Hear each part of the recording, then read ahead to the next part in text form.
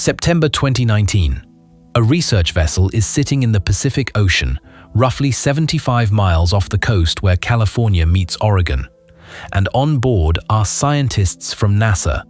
And below them, at a depth of around 2,700 meters, something is happening on the seafloor that no human being has ever seen before. A robotic vehicle descends through absolute darkness. Its lights catch a shimmer in the water in a place where, according to everything we once believed, life should be impossible. They name the site Apollo Vent Field, in honor of a moon landing that happened 50 years earlier. That choice of name is not accidental. And once you understand why, the story of what NASA has been doing at the bottom of the ocean starts to make a different kind of sense. NASA's involvement in ocean science did not begin in 2017 or 2019. It began at the agency's founding. A NASA spokesperson named Peter Jacobs has confirmed that the agency has conducted ocean science research since it was established in 1958. That has included field campaigns, satellite observations, and what Jacobs described as ship and sensor-based science involving the deeper ocean. Part of the agency's stated mission is to develop an understanding of the total Earth system, the effects of natural and human-induced changes on the global environment. The ocean is not separate from that mission. It is central to it. But a shift happened in 2017, something more deliberate. NASA launched a program called SubSea, the Systematic Underwater Biogeochemical Science and Exploration Analog. The name is long. The idea is simple. Take what we know about the deep ocean, compare it to what we expect to find on other worlds in the solar system. Use the ocean floor as a testing ground for the technology, the methods, and the scientific protocols we would one day need to send somewhere else. An analog mission. That is the key phrase. The concept of an analog mission in space exploration means using an environment on Earth that closely resembles a target environment in space. Astronauts train in underwater habitats to simulate spacewalks. Engineers test rover navigation in desert terrain to simulate Mars. What SubSea introduced was a new analog, the deep ocean floor for a specific set of targets, the ocean worlds of our solar system. Two of those worlds are particularly significant. The first is Europa. Europa is one of Jupiter's moons. Beneath its thick, ice-covered surface lies a saltwater ocean estimated to be between 40 and 100 miles deep, a body of water that, by some estimates, contains twice as much liquid water as all of Earth's oceans combined. Sunlight does not penetrate Europa's ice, and the pressure at the bottom of that ocean is thought to be comparable to the Hadal Zone here on Earth. Tim Shank's assessment of this is direct. "Here we have Europa on Earth," he has said. "I don't see how we could do exploration on Europa until we did it on Earth." The second target is Enceladus, a moon of Saturn. Enceladus is smaller and, in some ways, more extraordinary. Plumes of water vapor burst from its icy surface, visible from space. Beneath the ice lies a liquid ocean. And in 2019, the SubSea team was specifically studying volcanic environments in the Pacific that researchers believe share key characteristics with what may be found beneath Enceladus. That expedition, the one aboard the research vessel Nautilus, 75 miles off the coast of Northern California, explored an underwater volcanic zone called the Gorda Ridge. The volcanic activity there, along with a site called the Loihi Seamount near Hawaii, is thought to be similar to what may be found in the ocean worlds of both Europa and Enceladus. The SubSea team was looking for microbial life in warm springs emanating from the volcano. They were also, and this is the part worth pausing, on testing the operational protocols that NASA would one day need for a robot working on a moon hundreds of millions of miles away. Darlene Lim is a NASA geobiologist who led the SubSea program. She has also been involved in preparing astronauts for lunar exploration. Her description of what SubSea was actually doing is precise. "The entire project," she has said, was predicated on finding areas in our deep ocean that had a really good analogous nature to what is predicted to be active in places like Enceladus. And it was on that expedition in June 2019 that the team discovered Apollo Vent Field, a new hydrothermal field, not a variation of a known one, a genuinely undiscovered site, located approximately 1 kilometer northeast of a previously documented vent called Seacliff. The discovery was made by a scientist named Shannon Cobbs-Nowotniak from Idaho State University, who had been examining the seafloor shape in high-resolution bathymetric data. She identified a potential hydrothermal site based on terrain analysis. When the team had time remaining in a dive, they went to look. The site emitted clear fluids at temperatures around 300 degrees Celsius, in water just above freezing. That combination, superheated fluid in a near-frozen environment, is not something you see on the surface of Earth. It is what you might find beneath the ice of a distant moon. They named it after the moon landing that happened 50 years before. Now, here is the detail worth holding on to, the one that becomes more significant the further into this story you go. A robot capable of exploring the Earth's Hadal Zone, the scientists reasoned, could one day do the same on a frozen moon. Not immediately, not soon, but eventually. And every mission to the deep ocean was, in a very specific sense, a rehearsal. In 2021, NASA's Jet Propulsion Laboratory announced the creation of a new autonomous underwater vehicle. They called it Orpheus. The name comes from Greek mythology, the hero who traveled to the underworld and returned. Given that the vehicle was designed to descend into the Hadal Zone, the name was not chosen carelessly. 2 identical vehicles were built. The second was named Eurydice, Orpheus's companion in the myth, the one he went to retrieve. Orpheus was designed in collaboration between JPL and the Woods Hole Oceanographic Institution. Its dimensions are modest. It is smaller than a quad bike. It weighs around 550 pounds, about 250 kilograms. Compared to conventional deep-sea submersibles, which can weigh several tons and require large support ships, Orpheus is extraordinarily compact. That is deliberate. The smaller and lighter the vehicle, the more places it can reach, the more ships can deploy it, and critically, the cheaper it becomes to operate. But the most significant thing about Orpheus is not its size. It is its navigation system. The vehicle uses a form of visual navigation called visual inertial odometry. The name is technical, but the principle is intuitive. As Orpheus moves across the seafloor, its cameras identify features, rocks, shells, coral formations. It recognizes those features.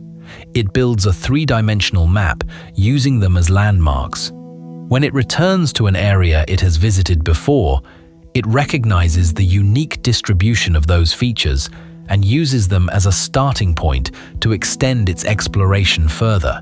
This is essentially the same navigational logic used by NASA's Perseverance Mars rover to land on Mars in February 2021, and by the Ingenuity Mars helicopter to navigate during flight. The same underlying technology developed to operate in the void of space has been adapted to work in the crushing dark of the Hadal Zone. Russell Smith, a robotics engineer at JPL, has described what this makes possible. In the future, some of the most extreme ocean environments will be within our reach. From deep ocean trenches to hydrothermal vents, there are many new destinations we will explore. Orpheus is also built for endurance. The Hadal Zone is pitch black, so the vehicle carries a powerful flashlight, but leaving a light on continuously drains power. So Orpheus switches to a low power mode when it is not actively taking images or collecting samples, conserving energy in the same way a spacecraft conserves battery power during a long transit. The vehicle's body is partly constructed from syntactic foam, a buoyant material made of microscopic glass spheres embedded in epoxy resin. This gives the vehicle structural integrity under pressure while keeping its mass low. And here is a detail that feels almost like a thread connecting different worlds. Some of the foam used in Orpheus came from spare material produced for the Deep-Sea Challenger, the submersible that filmmaker James Cameron piloted to the bottom of the Mariana Trench in 2012. The deepest point on Earth, the same foam, now inside a robot designed to explore other planets. The Hadal Zone, the engineers reasoned, provides the best testbed on Earth for the technology that will one day need to function on Europa or Enceladus. The pressures are roughly equivalent. The darkness is equivalent. The communication delays are manageable analogues for what a robot would face operating millions of miles from Earth. At Hadal depths on Earth, Tim Shank has said, the pressures are roughly equivalent to the bottom of Europa's subsurface ocean, thought to be maybe 80 kilometers, 50 miles deep. What that means practically is this. A robot that can survive the deepest trench in Earth's ocean has already passed the pressure test for one of the most promising targets in the search for extraterrestrial life. In 2018, something was discovered in the Peru-Chile trench that deserves a moment of attention. Researchers, including a marine biologist named Johanna Weston from Newcastle University, found a giant amphipod more than 8 centimeters long, living more than 5 miles beneath the ocean surface, in the deepest section of that trench, a region called Richards Deep. The creature was new to science. It was named Eurythenes atacamensis. It is closely related to shrimp. It is a scavenger. It survives off fragments of dead sea creatures that drift down from above. It lives in total darkness, under crushing pressure, in near-freezing water, and it is, according to researchers, among the most abundant creatures in the trench, not a rare outlier, but a dominant presence in an environment that was, until recently, considered incapable of supporting complex life. Alongside this amphipod, researchers have documented at least 3 species of snailfish, fragile, translucent animals, and long-legged isopods, each of them adapted on a cellular level to survive conditions that would destroy almost any other organism on Earth. The organisms living in these environments do not merely survive, they thrive. They have evolved biochemical machinery, those piezolite enzymes that actively counteracts the pressure. This is not passive endurance. It is biological engineering, developed over millions of years, in response to an environment that most life on Earth has never encountered.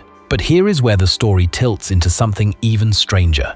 The deep ocean is not just a place where unusual life exists. It is a place where the physical environment itself behaves unexpectedly. Hydrothermal vents in the Hadal Zone can reach temperatures above 370 degrees Celsius, nearly 700 degrees Fahrenheit. The water immediately surrounding those vents is just above freezing. That thermal gradient from near boiling to near frozen in a matter of meters creates chemical conditions that are unlike anything found at the surface. And it is those chemical conditions that feed the ecosystems. No sunlight, no photosynthesis. Instead, bacteria convert the chemicals emitted by the vents, hydrogen sulfide, methane, other compounds into energy. That process is called chemosynthesis. The bacteria form the base of a food chain that supports everything from amphipods to snailfish to creatures that have not yet been classified. The implication is significant. If life on Earth can thrive without sunlight, sustained entirely by chemical energy from geological processes, then the conditions required for life are far more flexible than we assumed. A world without sunlight is not necessarily a world without life.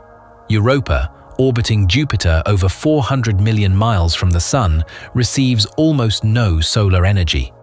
But if its ocean floor has hydrothermal vents, and some researchers believe it does, then the conditions for chemosynthetic life may already be in place.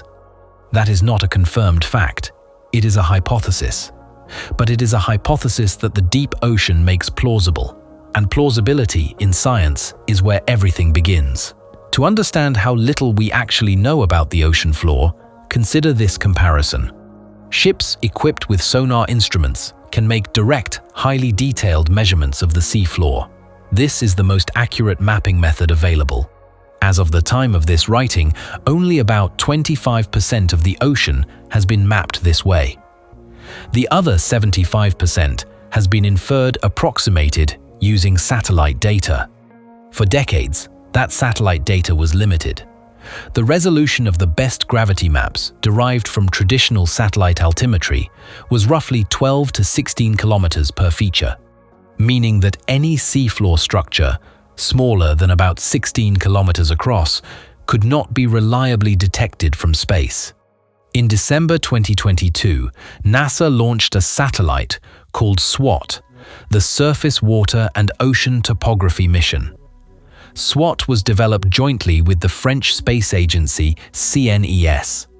Its primary purpose was to measure the height of water on Earth's surface, oceans, lakes, rivers, reservoirs. But the instrument turned out to be capable of something more. Because large seafloor features mountains, hills, trenches have more mass than their surroundings, they exert a slightly stronger gravitational pull. That pull creates tiny, measurable bumps in the sea surface directly above them. SWOT can detect those bumps with centimeter-level accuracy. And from those measurements, researchers can infer the shape of the ocean floor below. The resolution of the gravity maps produced from a single year of SWOT data is approximately 8 kilometers. That is roughly twice the detail of anything achievable from 30 years of previous satellite measurements. David Sandwell is a geophysicist at the Scripps Institution of Oceanography. He has been using satellite data to chart the ocean floor since the 1990s and was one of the researchers responsible for the SWOT-based seafloor map, published in the journal Science in December 2024. His description of the satellite's impact on this field is unambiguous. The SWOT satellite was a huge jump in our ability to map the seafloor. One of the most striking findings from the SWOT data concerns underwater mountains called seamounts. A seamount is a submerged volcano that rises from the ocean floor without breaking the surface. They influence deep-sea currents, concentrate nutrients along their slopes, and create what researchers describe as biological oases in otherwise barren regions of the seafloor. Before SWOT, conventional satellite instruments could detect seamounts taller than roughly 1 kilometer. SWOT can detect seamounts less than half that height. The result, researchers believe, is that the number of known seamounts could increase from the currently recorded 44,000 to as many as 100,000. A single satellite mission, in a single year of operation, may double our knowledge of how many mountains exist on this planet. The abyssal hills are equally remarkable. These are the most abundant landform on Earth, covering approximately 70% of the ocean floor. They form in parallel bands where tectonic plates spread apart. And until SWOT, they were essentially invisible from space. Yao Yu, an oceanographer at Scripps and the lead author of the SWOT seafloor paper, has noted, "We were surprised that SWOT could see them so well. The orientation and extent of those bands can reveal how tectonic plates have moved over geological timescales. They are, in a very literal sense, a record of Earth's history written in stone at the bottom of the ocean, waiting to be read." There is a claim that circulated on social media for a period of time. It said that NASA stopped exploring the ocean in 1978. That after discovering something frightening in the depths, the agency pivoted to space and never looked back. That claim is false. Demonstrably, documentably false. In 1978, NASA launched Seasat, its first dedicated oceanographic satellite, not as a retreat from ocean science, but as an expansion of it.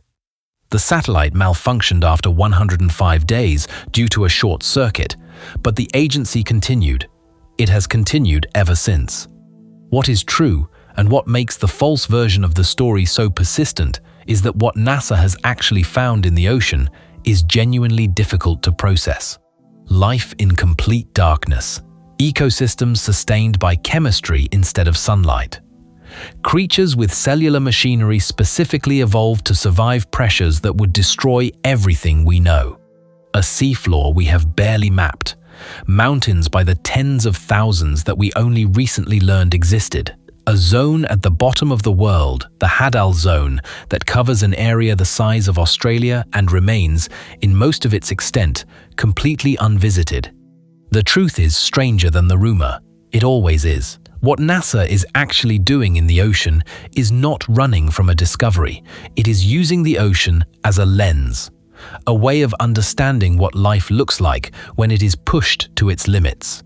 A way of building the technology, the Orpheus robots, the navigation systems, the operational protocols that will eventually allow us to look for that same kind of life somewhere else.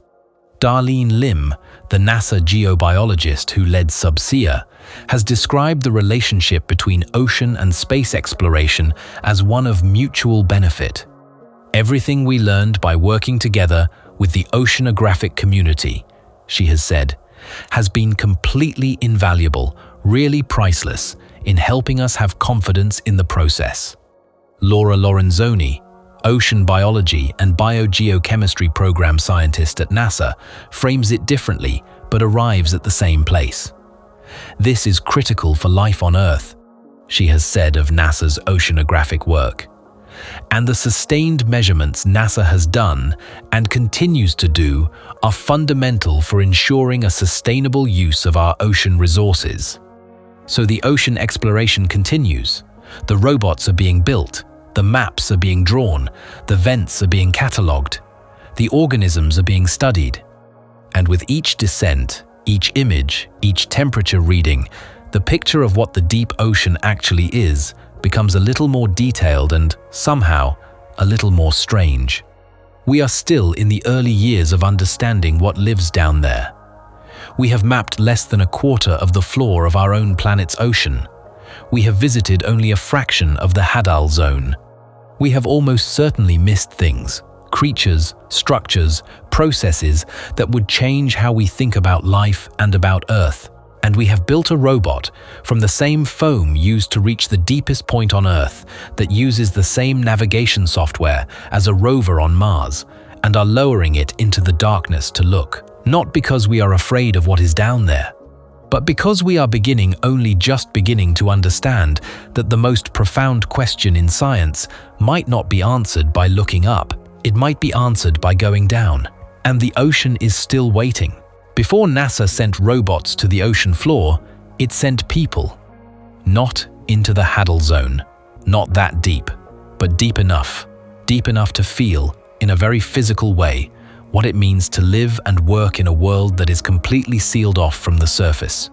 The program is called NEMO, NASA Extreme Environment Mission Operations. Since 2001, NASA has been sending groups of astronauts, engineers, and scientists to live inside an underwater laboratory called Aquarius, located 3.5 miles off the coast of Key Largo, Florida, at a depth of 62 feet on the ocean floor. 62 feet is not the Hadal Zone. It is not even the deep ocean. But that is not the point. The point is isolation. The point is pressure. The point is what happens to human decision-making, communication, and collaboration when the surface is somewhere else, when the supply chain is a dive team, and when every problem has to be solved with the resources already on hand. The crew members of NEMO missions are called aquanauts. They live inside Aquarius for periods typically lasting 7 to 14 days at a stretch. And what makes their situation scientifically interesting is a phenomenon called saturation diving. After 24 hours at depth, the human body becomes saturated with dissolved gas. Once that saturation is complete, the amount of time required to safely return to the surface to decompress without risking a condition called decompression sickness becomes fixed and predictable. It does not grow longer if the aquanaut stays for another day or another week. This means that crews can remain at depth for the full duration of their mission without any additional decompression penalty, making extended stays in the habitat not just possible, but efficient. The operational logic of NEMO is direct. Much like space, the undersea world is hostile to human life. The physical challenges of working in both environments, limited mobility, pressure differentials, isolation from immediate support, delayed communication are meaningfully similar. And in the Aquarius habitat, NASA can weight the aquanauts using buoyancy to simulate different gravitational environments. Reduced gravity on the Moon, microgravity in orbit. The underwater environment becomes, in controlled doses, a rehearsal for somewhere else entirely. During NEEMO missions, crews have simulated living aboard a spacecraft, tested spacewalk techniques for future missions, and practiced the kind of rapid, high-stakes decision-making that deep space exploration demands. The habitat surroundings have stood in for the surface of an asteroid, the regolith of the Moon, and the approach to a distant planet. NEEMO 20, conducted in July and August of 2015, had a specific objective: simulating the time delays associated with communicating between Earth and a crew operating on Mars. The delays are real. The distance is vast. A signal sent from Earth to Mars takes between 3 and 22 minutes to arrive, depending on where the two planets are in their respective orbits. A crew on Mars cannot simply radio home and wait for an answer in real time. They have to make decisions on their own, with the information they have, knowing that any response from ground control will arrive long after the moment has passed. Aquarius allowed NASA to practice exactly that dynamic: restricted communication, autonomous decision-making, the kind of operational independence that space exploration increasingly demands. Zara Mihmelek is a social scientist with NASA who has worked on both NEEMO and deep-sea exploration programs. Her role is to help scientists prepare for exploration in extreme environments, to understand how teams communicate under pressure, how decisions degrade when information is incomplete, and how to design missions that succeed even when the unexpected happens. During subsea missions, Mihmelek restricted the science team to communicating with each other just once a day, simulating the communication blackouts that a crew would experience in deep space. The team still met all of their research goals. There were no failures, she has said. That result matters. It is not just a data point about ocean science. It is evidence that a particular way of operating, small teams, minimal communication, autonomous judgment can work. It is, in the most practical sense, practice for somewhere much further away. The cost of the NEEMO program over its operational life has been reported at approximately $500 million. That is a significant investment. But what it purchased is difficult to quantify. The accumulated knowledge of what human beings do when they are cut off from the surface, dependent on each other, and required to perform at the edge of what is physically and psychologically possible. That knowledge does not have a clean number attached to it, but it has a name. It is called readiness. There is a project underway right now, a global effort involving governments, research institutions, and space agencies to map the entire seafloor by the year 2030. It is called Seabed 2030. The ambition is extraordinary. The pace is humbling. Ship-based sonar mapping is the most accurate method available. It produces direct, high-resolution measurements of the ocean floor. But as of the most recent accounting, only about 25% of the ocean has been surveyed this way. The remaining 75%, the majority of the floor of a planet covered 70% by water, has been approximated from space, inferred from gravity measurements, estimated but never confirmed. To map the full ocean by sonar alone, at the current rate of coverage, would take far longer than the 2030 target allows. The Southern Ocean in particular, vast, remote, and rarely traversed, has enormous gaps in coverage that would require dedicated expeditions lasting years. This is where SWOT becomes central. In December 2024, a paper was published in the journal Science describing what 1 year of SWOT satellite data had revealed about the ocean floor. The numbers are striking. The satellite's gravity measurements detecting subtle differences in sea surface height caused by the massive features on the seafloor below achieved a spatial resolution of approximately 8 kilometers. That is roughly twice the detail of 30 years of previous satellite work combined. Sandwell, who has been charting the ocean floor from space for more than 3 decades, described the result plainly. "We won't get the full ship-based mapping done by then," he said of the 2030 goal, "but SWOT will help us fill it in, getting us close to achieving the 2030 objective." What the SWOT data is revealing is not just a more detailed version of what was already known, it is revealing structure that was genuinely invisible before. At the South American continental shelf adjacent to Argentina, SWOT has exposed submarine canyons, ancient riverbeds, carved into the seafloor with a clarity that previous instruments could not achieve. These canyons influence how ocean currents behave and how nutrients are distributed in deep-sea environments. They have been there for millions of years.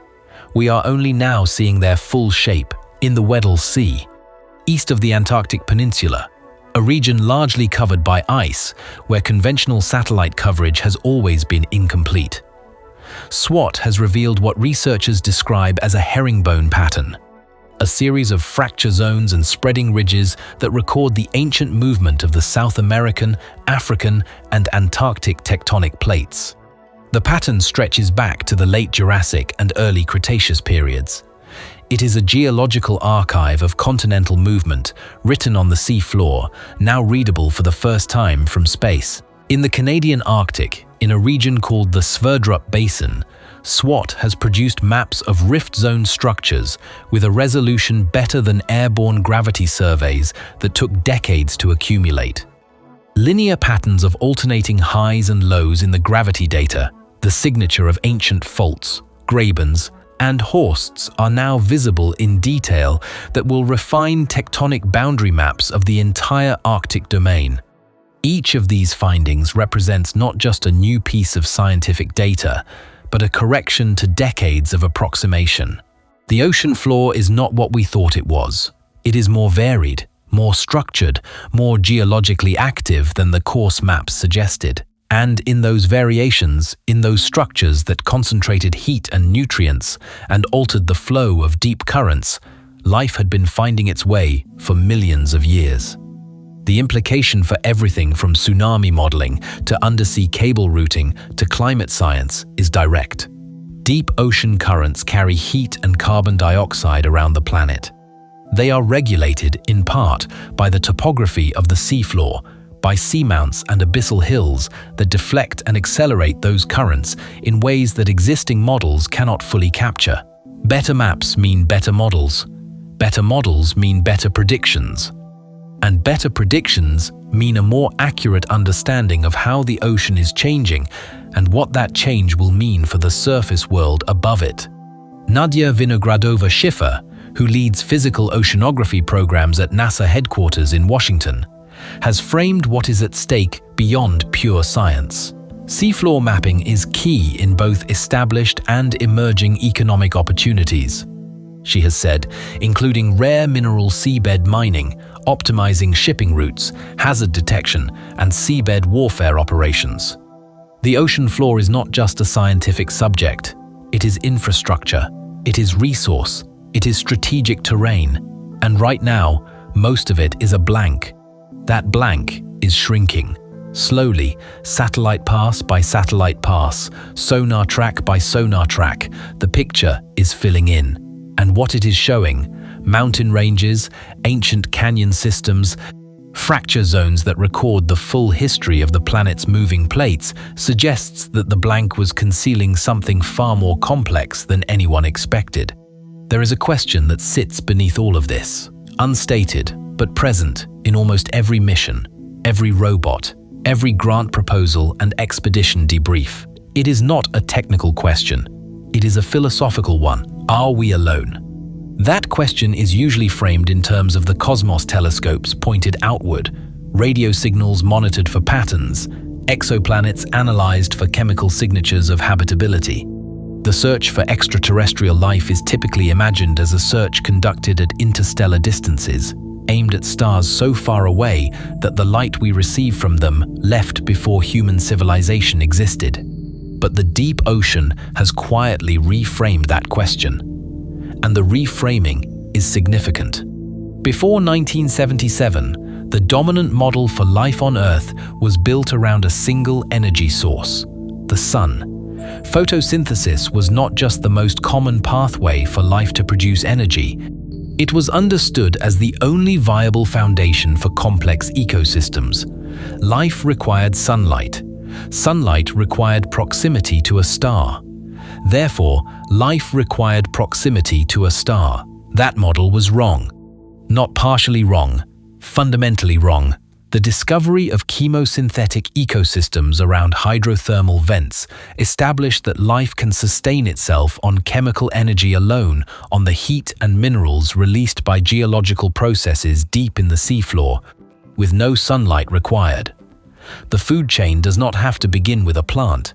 It can begin with a bacterium processing hydrogen sulfide in the dark. That single discovery, made when a remotely operated vehicle descended 8,000 feet into the Pacific in 1977, changed the geography of possible life in the solar system.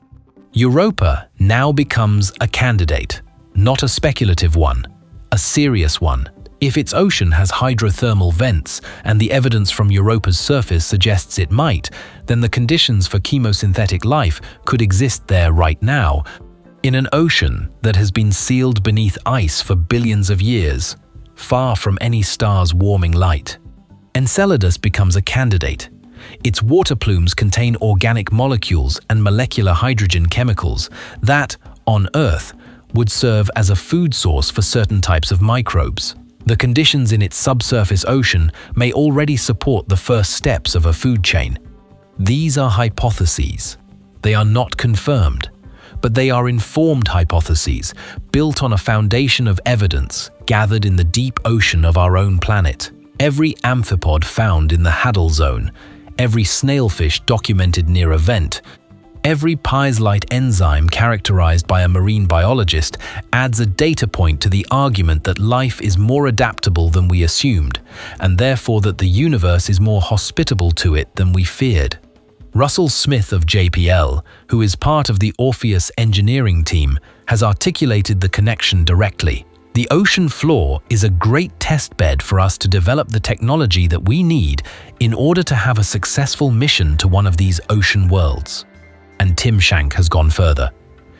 It is a profound thing to think, he has said, that this expedition could be the stepping stone to new discoveries about our own planet, including answering that most fundamental question: is life unique to Earth? Or are there other places beyond this pale blue dot where life could have arisen? But before we can explore Europa or any other ocean world, we have to better understand our own home first. That framing the ocean as a prerequisite changes what ocean exploration means. It is not separate from the search for life in the universe. It is the foundation of it. Every time Orpheus descends into a trench, it is not just exploring the Earth. It is developing the vocabulary, technical, scientific, operational for a conversation we intend to have with environments that are hundreds of millions of miles away. Every map of a seamount made by SWOT is a practice run for mapping the floor of an ocean on another world. Every Nemo mission in the Aquarius habitat is a rehearsal for a crew living inside a sealed environment on the Moon, or on Mars, or in a base drilled through the ice of Europa. The ocean and space are not two separate programs. They are one program conducted in two locations. And what the ocean has taught us most importantly is that the absence of light is not the absence of possibility. That pressure, which would crush anything we build without careful engineering, is survivable. That life, when given a chemical pathway and enough geological time, finds a way to exist in conditions that seem, from the surface, completely inhospitable. That lesson matters. Because when we send a robot to the floor of Europa's ocean and it switches on its lights and turns its cameras toward the seafloor, what we are hoping to find is not proof that space is full of life. We are hoping to find that we are not the only place where the experiment succeeded. The deep ocean, dark and pressurized and strange as it is, has already shown us that the experiment can succeed in the most unlikely places. It has shown us that life does not need what we assumed it needed. That the rules we wrote about habitability were too narrow, that the universe we thought we understood is considerably more generous than the version we were taught. We are still mapping it, still descending into it, still building robots small enough and smart enough to go where humans cannot, still sending aquanauts to practice living sealed off from the surface so that one day, somewhere further away, a crew will be ready. There are over 80% of Earth's oceans still unexplored. There are tens of thousands of seamounts we have only just learned exist. There is an entire zone the size of a continent at the bottom of the world that has been visited only in the most fragmentary way. And beyond our planet, there are ocean worlds orbiting other planets in our solar system, waiting in frozen silence, their depths unmapped and their secrets entirely intact. We have the instruments now. We have the robots, we have the navigation software, and the foam and the aquanauts who have practiced decision-making in the dark. What we do not have is time enough to explore it all. But we are going. Slowly, carefully, one descent at a time deeper into the only abyss that is still within reach, learning everything it can teach us before we point that knowledge somewhere else. The question of whether life exists beyond Earth may ultimately be answered not by a telescope pointed at a distant star, but by a small robot quieter than a quad bike, built from a filmmaker's spare foam, running software first tested on the surface of Mars, touching down on a seafloor that no light has ever reached, on a moon that no human being has ever visited, and finding something that changes every assumption we have ever made about where we are in the universe. We built the instruments, we launched the robots, we sent the aquanauts down, and we brought them back. We mapped mountains we did not know existed. We found life where we were certain there was none. And for a brief moment in every descent, in every image transmitted back from the dark, we understood exactly how small the edge of our knowledge really is, and how vast the unknown still waiting beyond it.